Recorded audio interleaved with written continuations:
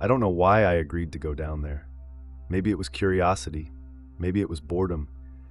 Maybe it was the dumb confidence that comes with having a few drinks in you. All I know is that when my buddy Eric told me about the old tunnels beneath Chicago, the forgotten labyrinth of abandoned subway routes, prohibition smuggling paths, and utility corridors, I should have just laughed it off. I should have said no, but I didn't. Instead, I followed him and a couple of our friends down a rusted maintenance hatch in an alley behind an old jazz club, the kind of place where the neon signs flicker like they're barely holding on to life. "This used to be an escape route for gangsters," Eric had said, grinning as he pulled the hatch open, revealing a narrow staircase that plunged into darkness. "They say Capone's men ran booze through here during Prohibition. Most of it's been sealed off, but there are still ways in if you know where to look." We all laughed, pushing each other toward the entrance like idiots daring each other to go first. Finally, I sighed and went down, my phone flashlight bouncing weakly off the damp concrete walls. The air was thick and musty, filled with the scent of mildew and something metallic. The others followed, their footsteps echoing around us. At first, it was kind of fun, like urban exploring, a piece of history hidden beneath the city. The tunnels stretched endlessly in different directions, some leading to rusted-out doorways, others vanishing into the dark like veins running beneath the skin of the city. But then, somewhere along the way, I got separated. I didn't even realize it at first. One moment, Eric and the others were ahead of me, their voices bouncing off the walls. I stopped for a second to snap a photo of some old graffiti, an eerie, childlike drawing of a face with hollow eyes, when I turned back and they were gone. "Guys," I called out, my voice swallowed by the dark. No answer. I jogged forward, my shoes slapping against the damp ground. "Eric, come on man, this isn't funny." Only silence. I pulled out my phone to text them, but there was no signal, just the dead, mocking emptiness of no service. That's when I heard it, a sound. Faint, distant, but distinct. Footsteps. At first, I thought it was them. Maybe they'd taken another route and were coming back for me. But then I realized something. The footsteps weren't coming from ahead. They were coming from behind me. I spun around, my flashlight barely cutting through the darkness. The tunnel stretched on endlessly, its walls damp and slick. "Eric," I called, but my voice wavered. The footsteps stopped. A cold wave of dread washed over me. I took a step back. The sound of my own footstep echoed down the tunnel. Then another footstep followed, but I hadn't moved. Panic clawed at my throat. I turned and ran. The tunnel twisted and turned, the damp air thickening, pressing against me like invisible hands. My own breathing was loud in my ears, my pulse hammering against my skull. I turned a corner and nearly tripped over a pile of broken wooden crates, splintered and rotting. Gasping, I braced myself against the wall, trying to catch my breath. Silence. Maybe I had imagined it. Maybe the tunnels were just playing tricks on me. And then soft, deliberate, closer than before, tap, tap, tap. I snapped my head up. My flashlight flickered. In the distance, just at the edge of the light, something moved. A shape, a figure, standing impossibly still, watching me. I bolted. I didn't care which direction I was going anymore. I just ran, feet pounding against the concrete. The tunnel walls blurred around me, the air growing colder with every step. But no matter how fast I ran, I could hear it behind me. Footsteps, keeping pace, not running, just walking, slow, steady, unhurried. I turned another corner, nearly slipping on a puddle of stagnant water. The tunnel opened into a larger chamber, a maintenance hub, long abandoned. Old pipes snaked along the ceiling, rusted doors lined the walls, and an overturned desk sat in the center, covered in dust. There was only one way forward, a narrow passage just beyond the room. I sprinted toward it, and then I heard the whisper, right behind me, "You shouldn't be here." I didn't look back. I dove into the passage, my shoulders slamming against the tight walls as I squeezed through. The tunnel was narrower here, forcing me to crouch. My breath came in ragged gasps, my fingers scrambling along the walls for balance. Behind me, the footsteps stopped, but I knew it was still there, watching, waiting. I crawled forward, my hands finding a rusted metal grate covering the tunnel's end. With a desperate shove, I pushed it open, tumbling out onto the damp ground of another chamber. A single flickering light bulb buzzed above me. I was back, not outside, not to safety, but back to where I started. The same graffiti-covered walls, the same old crates. I had been running in circles, and then I saw it, the figure, standing just beyond the reach of the flickering light. Now I could see it more clearly. It wasn't human. Its limbs were too long, its head tilted at an unnatural angle, its face was obscured, shifting, like a blur in the darkness. It raised one hand and pointed at me. Then it smiled, not with a mouth, with its entire face. The light flickered one last time, and everything went black. I woke up in the alley, lying on my back, staring up at the neon sign flickering above the jazz club. The hatch to the tunnels was closed. Eric and the others found me minutes later, laughing about how I'd vanished. They thought I'd just gotten lost and climbed out another way. I didn't argue. I didn't tell them what I'd seen. But as I stood up, I felt something heavy in my pocket, a piece of paper. I pulled it out with shaking hands. A crude, childlike drawing stared back at me. A face, hollow eyes, a wide, impossible grin, and beneath it, scrawled in shaky handwriting, "See you soon."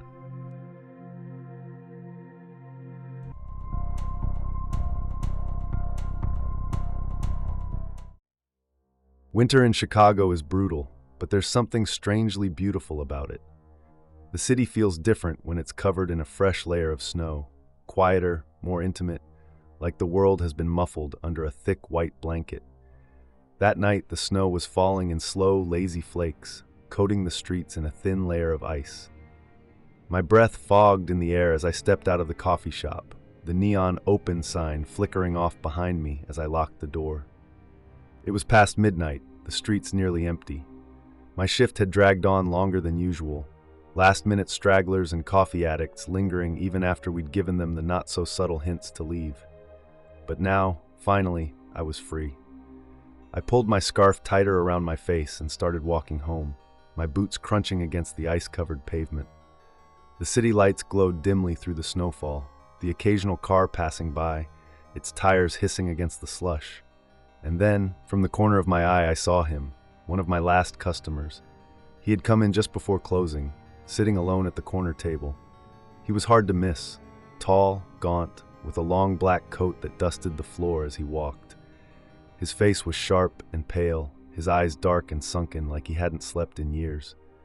I remembered how he'd ordered a black coffee, no sugar, no cream, how he'd sat there without drinking it, just staring at the window, watching the snowfall. And now, he was behind me, not close, just far enough to be noticeable. His slow, deliberate footsteps crunched in rhythm with mine. I tried to shake the unease crawling up my spine. It was a city, after all. People walked home all the time. Maybe he lived in the same direction. Maybe this was just coincidence.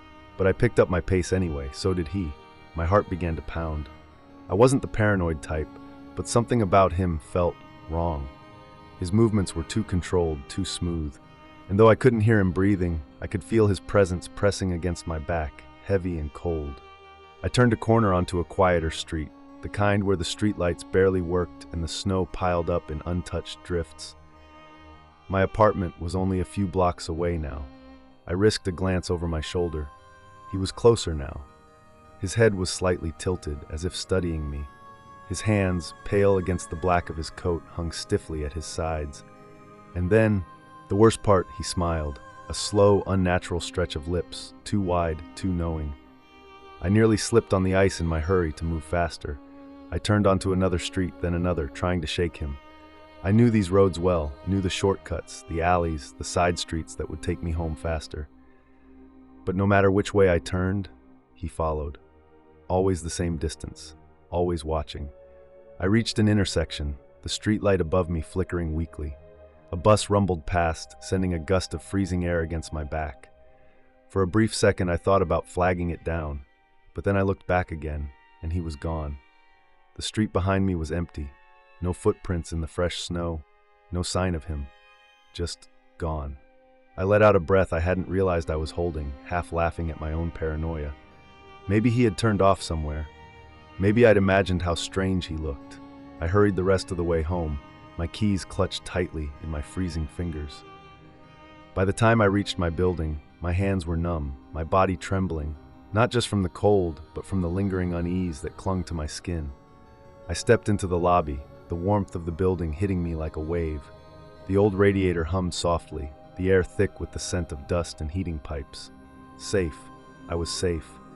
I rode the elevator up to my floor, listening to the old machinery groan and rattle as it carried me up. As soon as I got inside my apartment, I locked the door, double-checking it before pulling the curtains closed.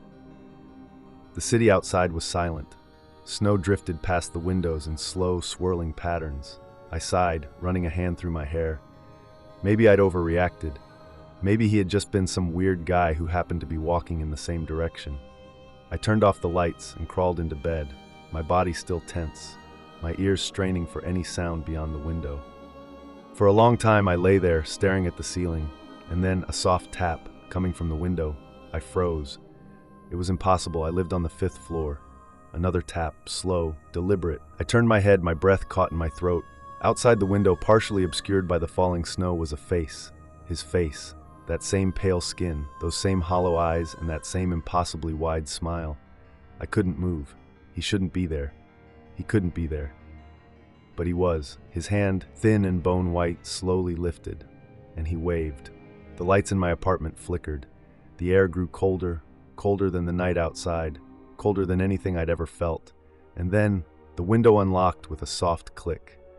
The last thing I saw before the room went completely dark was his fingers pressing against the glass, still smiling, still watching, and then the window began to slide open.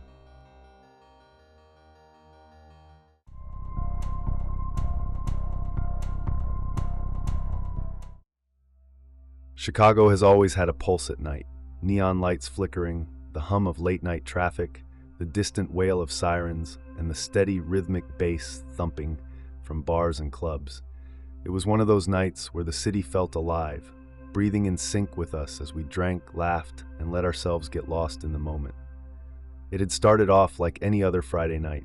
Me, Mike, Danny, and Sarah, our usual crew. We'd been hitting up bars on the north side, bouncing from one spot to the next, fueled by whiskey, bad jokes, and the thrill of meeting new people. The night was cold, the wind sharp as it howled between buildings, but inside the bars it was warm, packed with bodies and the thick smell of beer and sweat. The first few places were typical: loud music, overpriced drinks, strangers leaning in close to talk over the noise. Then we found the Hollow. It was tucked into an alley, a place we'd never noticed before. A red neon sign buzzed above the door, spelling out the name in flickering letters. The building was old, the bricks dark and damp from years of weathering, and the entrance was barely visible from the street. "I swear this wasn't here before," Mike muttered, eyeing the place suspiciously. "Who cares?" Danny grinned, already pushing the door open. "Let's check it out." We followed him inside. That was our first mistake. The moment we stepped in, something felt off. The bar was dimly lit, the walls lined with antique mirrors that reflected the warm glow of flickering candlelight. The air was heavy, thick with the scent of something sweet and metallic, like old wine left to sour. Jazz music played from a record player in the corner, but the sound was distorted, slightly warped, like it was playing from another room. The crowd was different too, not the usual rowdy bargoers. The people here were quiet, reserved, their clothes slightly out of place, old-fashioned, but not in a trendy way. More like they had stepped out of another time. Their eyes were dark, too dark, and they followed us with an unsettling intensity as we made our way to the bar. "This place is weird," Sarah whispered, leaning in close. "Like, really weird." "Yeah," I admitted, but I wasn't ready to leave just yet. A bartender appeared, almost too suddenly. One moment, the bar was empty. The next, a man in a crisp white shirt and black vest stood before us. His face was pale, his smile too wide. "Welcome," he said in a voice that was both soft and deep. "Drinks on the house for first-timers." That should have been our second warning, but we were already too deep into the night, too loose from the alcohol to question it. The drinks were strong, too strong. One sip and the warmth spread through my body instantly, clouding my thoughts, making everything feel dreamlike. The room seemed to tilt slightly, the walls breathing in and out. The faces in the mirrors seemed wrong, stretched, warped. Then one by one, my friends started disappearing. First it was Mike. 1 second he was laughing beside me, making some dumb joke about the bartender's old-school outfit. The next I turned my head for just a moment, maybe a second or two, and when I looked back, he was gone. I blinked, my buzzed mind struggling to register it. "Where's Mike?" I asked. Danny and Sarah looked around, frowning. "He was just here," Danny muttered, checking his phone. "Maybe he went to the bathroom," but Mike never came back. Then Danny disappeared. We were mid-conversation, our drinks half finished. I turned to say something to him, and just like that, his seat was empty. No goodbye, no drunken stumble toward the door. Just gone. "Did you see that?" I whispered to Sarah, panic creeping into my voice. She was pale, gripping her drink like it was the only thing keeping her grounded. "Something's wrong," she murmured. Then the bartender appeared again, his grin still plastered on his face. "Everything all right?" he asked, tilting his head slightly like he already knew the answer. "Where did our friends go?" I demanded. His smile widened. "They left." No, they hadn't. I glanced at my phone. No messages from them. No missed calls. The time was wrong. It had jumped an hour forward. My heart pounded. "Sarah, we need to go." We turned toward the door, and the exit was gone. The doorway we had come through was no longer there. Just another wall lined with mirrors. The air grew thick, suffocating. The candlelight flickered wildly, casting strange, shifting shadows that didn't match the movements of the people in the room. Except, the people weren't moving anymore. They were staring.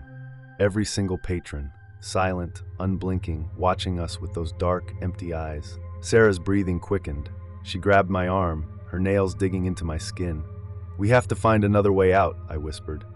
We turned, searching for another exit, but the room seemed different now. Longer, deeper, the walls stretching unnaturally. The jazz music slowed, distorting into something low and guttural. A soft whisper brushed against my ear. "You shouldn't have come here." I spun around. No one was behind me. Sarah grabbed my hand, her grip ice cold. "We have to move now." We ran. We pushed past the staring patrons, their bodies unmoving, their eyes following us but their faces expressionless. The mirrors on the walls seemed to ripple as we passed, and for a brief second I saw something in them, reflections of us, but different. Our faces were wrong. Our eyes were hollow. Something was waiting for us in those mirrors. We reached the far end of the bar, where a curtain covered what looked like a back hallway. Without thinking, we pushed through, and suddenly we were outside. Standing in the alley where it had all started, the cold night air hit me like a punch to the gut. I gasped, my breath clouding in the freezing air. Sarah was beside me, shaking, her eyes wide with terror. We turned around. The hollow was gone. The neon sign, the doorway, the entire building, gone. Just a dark alley, empty and silent. And then my phone buzzed. I looked down, my stomach twisting. A text from Mike. "Where did you go?" I stared at it, my hands trembling. And then another text from Danny. "Come back, the drinks are still waiting." A cold wind howled through the alley, and in the reflection of a nearby window, I saw them. Mike, Danny, standing in the bar, smiling, waiting, and behind them, the bartender, watching and waving.